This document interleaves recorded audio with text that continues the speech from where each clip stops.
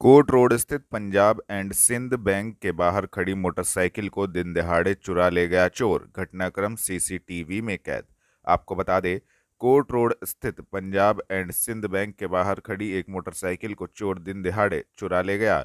चोरों के हौसले इतने बुलंद हो गए हैं कि दिन दहाड़े चोरी की घटनाओं को अंजाम दे रहे हैं, तो वही पास ही में लगे सीसीटीवी कैमरे में मोटरसाइकिल चुराने का पूरा वीडियो कैद हो गया। पूरा मामला थाना सदर बाजार क्षेत्र के चंदन नगर पुलिस चौकी क्षेत्र का है। तो वही पीड़ित ने थाने में तहरीर देकर चोर के विरुद्ध कार्यवाही की मांग की है।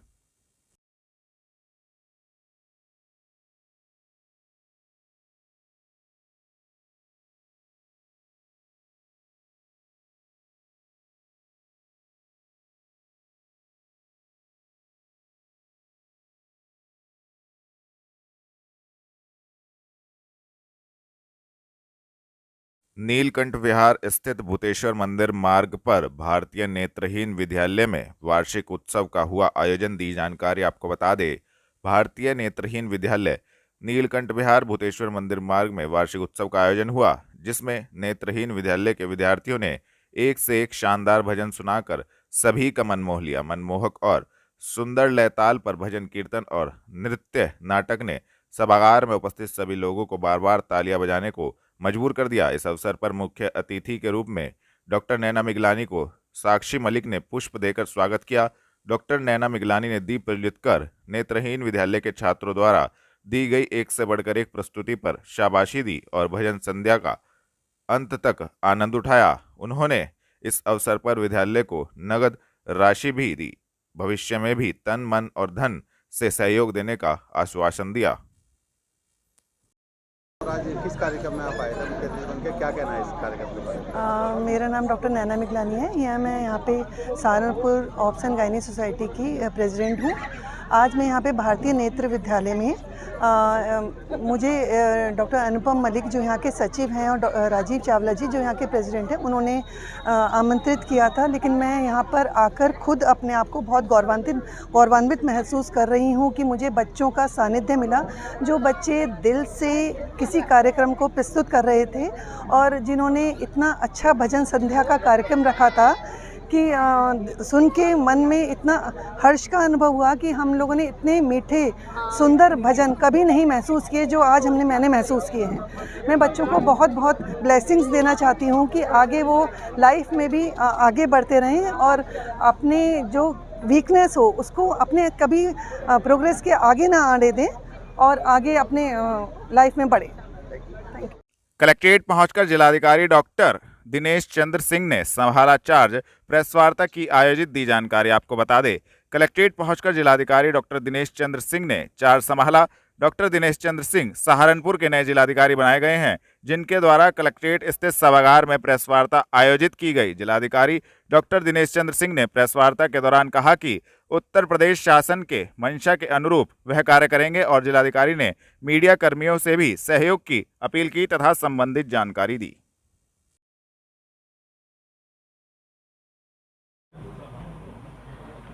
और ठीक है सर, आपकी क्या प्राथमिकता रहेंगी सहारनपुर बहुत ही, जैसा कि मैंने बताया है कि गंगा जमुना तहजीब की सांस्कृतिक विरासत को अपने में समेटे हुए बहुत खूबसूरत ऐतिहासिक शहर है, जहां एक और मां शाकंभरी देवी का आशीर्वाद यहाँ के नागरिकों को प्राप्त है। दूसरी ओर देवबंद में त्रिपुर बाला सुंदरी जी है और जहाँ अगर इल्म की बात करें तो देवबंद उलूम भी है। उसके बाद यहाँ पर कई यूनिवर्सिटी बनने जा रही हैं। यहाँ के लोगों का जो शैक्षणिक स्तर है वो बहुत ऊंचा है, जो जीवन यापन का स्तर है वो भी बहुत ऊंचा है और मुझे यहाँ उन चीज़ों की जो उपलब्धता है उसमें कार्य करने में सहजता होगी। प्राथमिकता, जैसा कि मैंने बताया, कि किसानों की समस्याएं, ग्रामीणों की समस्याएं, श्रमिकों की समस्याएं और जो पीड़ित वर्ग है उसमें समाज कल्याण विभाग से संचालित होने वाली जो योजनाएं हैं, वृद्धों की समस्याएं, दिव्यांगजनों की समस्याएं और छात्रवृत्ति से संबंधित जो छात्रों की समस्याएं हैं, वो हमारी प्राथमिकता के केंद्र रहेगा। साथ ही साथ वर्तमान में एक बहुत बड़ा सुधार उत्तर प्रदेश सरकार ने किया है, वह रियल टाइम खतौनी, जिसमें नागरिकों को रियल टाइम अभिलेख की जानकारी हो सके, उसके स्वामित्व की जानकारी हो सके। वो उत्तर प्रदेश का एक महत्वाकांक्षी प्रयास है, जिसमें जो पुरानी खतौनी 13 कॉलम की होती थी, अब ये नई कॉलम 19 कॉलम की होगी। उसमें सारी चीज़ें, जब भी कोई बैनामा खरीदता है और उसका म्यूटेशन होगा, वो सारी चीज़ें अद्यतन होंगी। वो यहाँ कार्य चल रहा है, उस कार्य को और गति देना है। और इसी के साथ साथ जो स्वामित्व की, भू स्वामित्व की योजनाएं हैं, जिसको घरौनी कहा जाता है, वो भी उत्तर प्रदेश सरकार का एक क्रांतिकारी कदम है, जिसमें ग्रामीण लोगों को उनके भवनों का, उनके आवास का स्वामित्व दिलाया जा रहा है। ये भी मेरी प्राथमिकता रहेगी। बाकी यहाँ कुछ मुझे जानकारी मिली है कि कुछ गन्ना मिलों का पेमेंट है, उसको भी हम लोग देखेंगे। थाना कोतवाली नगर पुलिस ने धोखाधड़ी कर दुकानदारों से 80,06,828 रुपए का सामान लेकर भागने वाले दंपति को बेंगलोर कर्नाटक से किया गिरफ्तार। आपको बता दें, थाना कोतवाली नगर पुलिस को बड़ी सफलता हाथ लगी है। वरिष्ठ पुलिस अधीक्षक डॉक्टर विपिन ताड़ा के निर्देशन में अपराधियों के विरुद्ध चलाए जा रहे धरपकड़ अभियान के क्रम में थाना कोतवाली नगर पुलिस ने धोखाधड़ी कर दुकानदारों से 80,06,828 रुपए का सामान लेकर भागने वाले दंपति योगेश बंसल उर्फ रिंकू बंसल एवं ट्विंकल बंसल को बेंगलोर कर्नाटक से गिरफ्तार करने में महत्वपूर्ण सफलता प्राप्त की है तथा संबंधित धाराओं में कार्यवाही करते हुए दोनों अभियुक्तगणों को न्यायालय के समक्ष पेश किया जा रहा है। गिरफ्तार करने वाली टीम में उप निरीक्षक अवशेष भाटी, कांस्टेबल अनुजपाल, महिला कांस्टेबल रेशु शर्मा मौजूद रहे। जी हाँ, सन 2022 में कोतवाली नगर में 206/22 एक मुकदमा अपराध संख्या लिखा गया था। इसमें 6-7 व्यापारी मिलकर आए थे और उन्होंने बोला था कि योगेश बंसल और ट्विंकल बंसल, जो कि वहाँ पे कपड़ों का कारोबार करते थे, इन्होंने किराए पे दुकान ले रखी थी हीरामरान मार्केट में, और ये इन लोगों से कपड़ा लेते थे, रॉ कपड़ा लेते थे और उसके बाद उसको पेंट बना के आगे शामली और दिल्ली में बेचा करते थे। तो काफ़ी टाइम से व्यवसाय कर रहे थे और काफ़ी व्यापारियों से इन्होंने करीब 80 से 90 लाख रुपए के बीच का माल उधार पे ले लिया। जब इनसे पैसे मांगे गए, बार बार पैसे मांगे गए, तो कुछ नकारते हुए बाद में ये वहाँ से फ़रार हो गए। और अभी पुलिस को सूचना मिली थी कुछ दिनों पहले कि ये बेंगलोर में रह रहे हैं। इन्होंने नाम पता बदलने की भी कोशिश करी थी, लेकिन पुलिस को हिंट लग गया था कि किस नाम पते से वहाँ पे रह रहे हैं। बेंगलोर में इन्होंने दूसरा बिज़नेस टिफ़िन का सिस्टम चालू कर दिया था, जो कि पहले भी करते थे। उसमें इन्हें पहले घाटा हुआ था, उसके बाद एक कोतवाली नगर थाना क्षेत्र में आके रहने लगे थे। तो बेंगलोर में हमारी टीम गई और इन दोनों दंपति को पकड़ा और ट्रांजिट रिमांड में हम इनको यहाँ पे लेके आए हैं और आज कोर्ट में इनको पेश किया जा रहा है। सर, क्या पहले भी इन पे कोई मुकदमे चल रहे थे? जी नहीं, अभी तक इनका आपराधिक इतिहास देखा जा रहा है, लेकिन अभी तक कोई भी मुकदमों का प्रकाश में नहीं आया है। सर, इतनी बड़ी रकम की जो है ठगी की गई, क्या ये 2 लोग हैं, इसके अलावा भी और कुछ लोग इनके साथ शामिल हैं? जी नहीं, इस पूछताछ की गई है, इसमें और कोई लोग इन्वॉल्व नहीं पाए गए। इसमें पूरा का पूरा माल खरीदा गया था 70-80 लाख रुपए का, कोई पैसा इन्वॉल्व नहीं था। लेकिन ये है कि इन लोगों ने जो इनकी मंशा थी वो ठगने की ही थी, वो इनका पैसा लौटाने की नहीं थी, इसलिए इन पर मुकदमा लिखा गया था। सर, अब कैसे पैसा बरामद किया जाए? जी हम देख रहे हैं, इनकी PCR देखेंगे, हम PCR ली जाएगी, इनके बैंक अकाउंट भी खंगाले जाएंगे। अगर कोई पैसा होगा उसको फ्रीज़ करवाया जाएगा और उसको जिसका पैसा बनता है उसको वापस लौटवाया जाएगा। ऐसे कितने व्यापारी हैं जिनसे इन्होंने ठगी की है या सामान? अभी हमारे 6-7 व्यापारी हमारे सामने आए थे। जब ये तहरीर ली गई थी उसके बाद कुछ 6 से 7 व्यापारी सामने आए थे, जिन्होंने बताया था कि उनके साथ भी उन्होंने ये काम किया है। तोता चौक निकट शिव कुटिया स्थित कार्यालय में विश्व हिंदू महासंघ की बैठक आयोजित, दी जानकारी। आपको बता दें, तोता चौक निकट शिव कुटिया स्थित कार्यालय में विश्व हिंदू महासंघ की बैठक आयोजित हुई, जिसमें अधिवक्ता प्रकोष्ठ के राष्ट्रीय अध्यक्ष देवेंद्र प्रताप सिंह तोमर मुख्य अतिथि के रूप में पहुंचे। बैठक में विभिन्न मुद्दों पर चर्चा की गई। इस दौरान सभी पदाधिकारीगण एवं कार्यकर्तागण उपस्थित रहे तथा संबंधित जानकारी दी।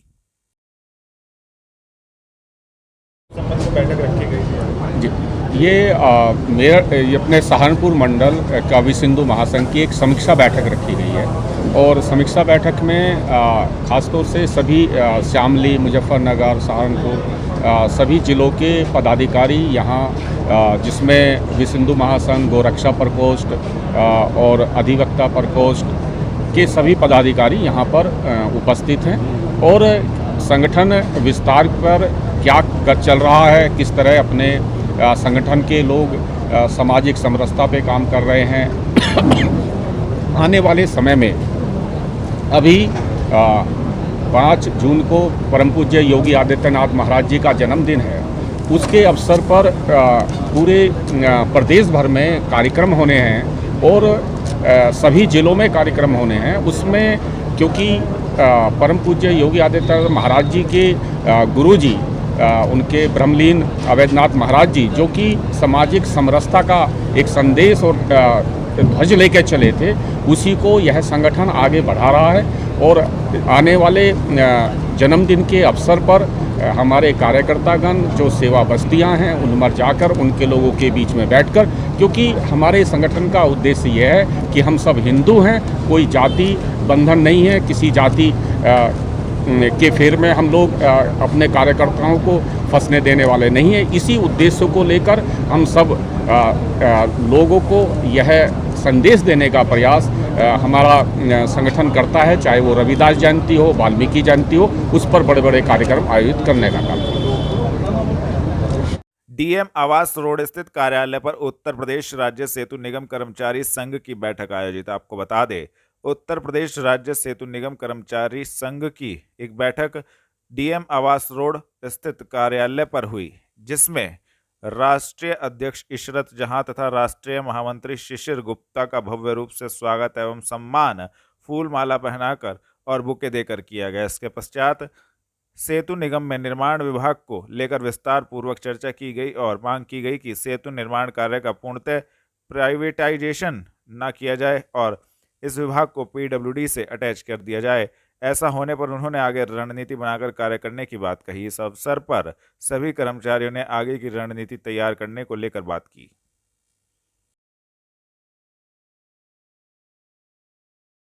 आज किस लिए यहाँ पर बैठक की? मेरा नाम शिशिर गुप्ता है। मैं उत्तर प्रदेश राज्य सेतु निगम एम्प्लॉइज यूनियन का केंद्रीय महामंत्री हूँ।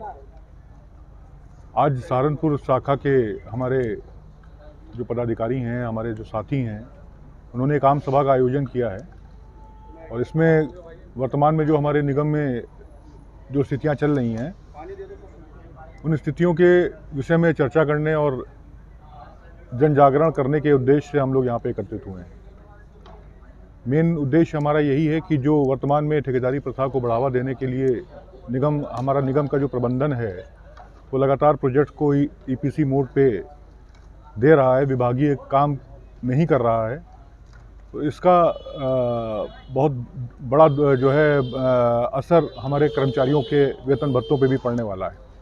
तो इन सब आशंकाओं के मद्देनज़र हमारी प्रबंधन से लगातार चर्चा भी चल रही है और हमारा संघर्ष भी चल रहा है।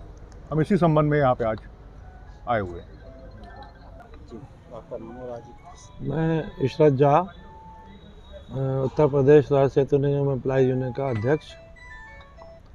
आज हम लोग सहारनपुर इकाई में आए हुए हैं।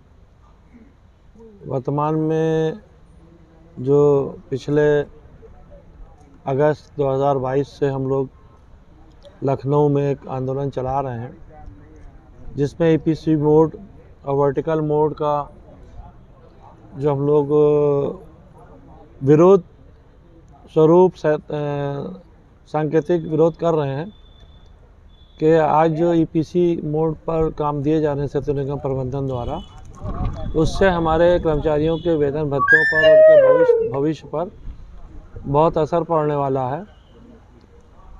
और इसीलिए हम लोग लगातार हर मंगलवार को मुख्यालय स्तर पर और बुधवार को इकाई स्तर पर मीटिंग कर रहे हैं। आचार संहिता के कारण अभी जो स्थानीय निकाय के चुनाव हुए थे, इसलिए रोक दिया गया था। अब पुनः हमारा ये मानना है कि जो 2200 आदमी जो हमारे कर्मचारी हैं, सरकार की जो भी नीति है उस नीति को वो जारी रखें, हम उसका विरोध नहीं कर रहे हैं। मगर जो सेतु निगम के 2200 कर्मचारी हैं उनको काम दे। आप ठेकेदारी 60-40% पर दीजिए, 50-50 पे दीजिए, 70-30 दीजिए। हमारे सारे आदमियों को काम देते हुए ही उनका वेतन भुगतान किया जाए। अन्यथा की स्थिति में होगी जब काम सब टेंडर पे जाएंगे तो ठेकेदारों तो हमको वेतन देगा नहीं। हमारा वेतन हमारे काम से ही निकलता है और हमारे लोग दक्ष हैं और हमारा थाना कोतवाली देहात पुलिस ने 2 शातिर अभियुक्तों को कोतवाली देहात क्षेत्र से किया गिरफ्तार, भेजा जेल। आपको बता दें, वरिष्ठ पुलिस अधीक्षक के निर्देशन में अपराधियों के विरुद्ध चलाए जा रहे धरपकड़ अभियान के क्रम में थाना कोतवाली देहात पुलिस को बड़ी सफलता हाथ लगी है। थाना कोतवाली देहात पुलिस ने 2 शातिर अभियुक्तगण साहिल पुत्र शादिक, उमर पुत्र जहूर को कोतवाली देहात क्षेत्र से गिरफ्तार करने में महत्वपूर्ण सफलता प्राप्त की है, जिनके कब्जे से एक नाजायज चाकू, एक तमंचा, एक जिंदा कारतूस व मोटरसाइकिल बरामद की गई तथा संबंधित धाराओं में कार्यवाही करते हुए दोनों अभियुक्त गणों को जेल भेजा गया है। गिरफ्तार करने वाली टीम में प्रभारी निरीक्षक मनोज कुमार चाहल, उप निरीक्षक विकास चारण, हेड कांस्टेबल अनुज आर्य, हेड कांस्टेबल पंकज कुमार मौजूद रहे।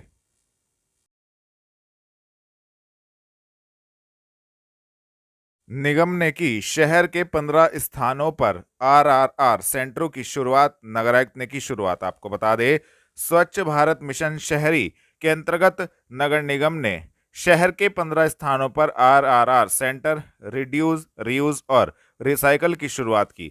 राजविहार कॉलोनी में वरिष्ठ नागरिकों के सहयोग से नगरायुक्त गजल भारद्वाज ने 3R सेंटर का शुभारंभ किया। इन सेंटरों पर एकत्रित अनुपयोगी सामान से बनाई गई वस्तुओं को एक म्यूजियम में प्रदर्शित किया जाएगा। पैरामाउंट में बनाए जा रहे इस म्यूजियम का भी नगरायुक्त ने निरीक्षण किया। जन सहभागिता के आधार पर शुरू किया गया यह अभियान आगामी 5 जून तक चलेगा।